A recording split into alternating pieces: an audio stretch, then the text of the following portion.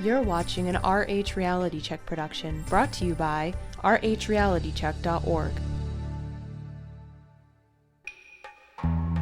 In Baltimore, injection drug use accounts for 58% of transmissions of HIV. Baltimore leads the nation in the number of people who become infected by sharing dirty needles. David Waller is one of them. My actions said that I was a moneymaker, a street hustler, a player, for lack of a better description. David has served more than 20 years in prison for a variety of crimes. Larceny, assault, theft, burglary, armed robbery, breaking and entering. David was also a heavy drug user, and that's how he became HIV positive. I couldn't say with any surety how I contracted HIV, but I can say that the fact that I was using heroin and cocaine intravenously and sharing needles is more probable than most. While he was incarcerated, David became very sick and was taken to the prison infirmary. I started talking with a slur, and my vision became not so clear, and my headache was like a migraine, 23 hours a day. David got better and got out of prison. He thought about changing his ways after serving so much prison time and coming so close to dying. When I looked at myself and what I wanted to not have to go to this again.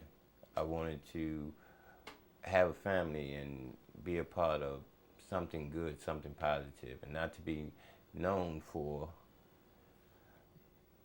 a burglar, a thief, a drug addict, or anything of that nature. This time, David married, settled down, and got a job. David's sister Sandra has seen the change in David's self-image.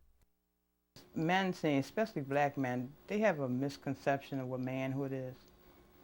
And I think he understands it now, because basically that's how I see him, as a full-grown man now. I want to appreciate this day, and there's no appreciation in non-production, so I want to do something that makes a difference, that adds to, rather than laying the bed. My need to do something positive. David has changed his risky behavior, but he can't change the past. So he looks forward, accepts the consequences of his actions, and works hard to be a positive role model. We don't want to sit there and talk about how sick we're going to get and when, or how long will this medication work, or how did I get HIV, or where it came from, and is it a government conspiracy, and all those type things, because all those things are meaningless. It's a fact that we're HIV positive. It's a fact that as we know it, there's no cure.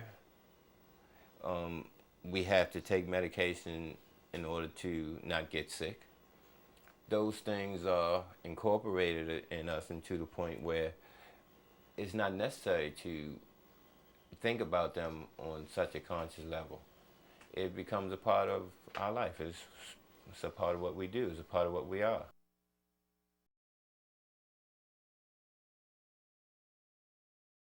What we know about the 56,000 plus cases that CDC just reported, that's annual incidences, so those are new cases that occur each year. What we know is that roughly 47% of those cases occur among African Americans. So the epidemic in the black community is still very much around men, although women's infection rates are increasingly growing, and they're making up increasing proportions of HIV among black people. The role of HIV testing, I think, cannot be underestimated. You have to know your status, because HIV testing is the entryway for care, and then linking people into care and treatment programs.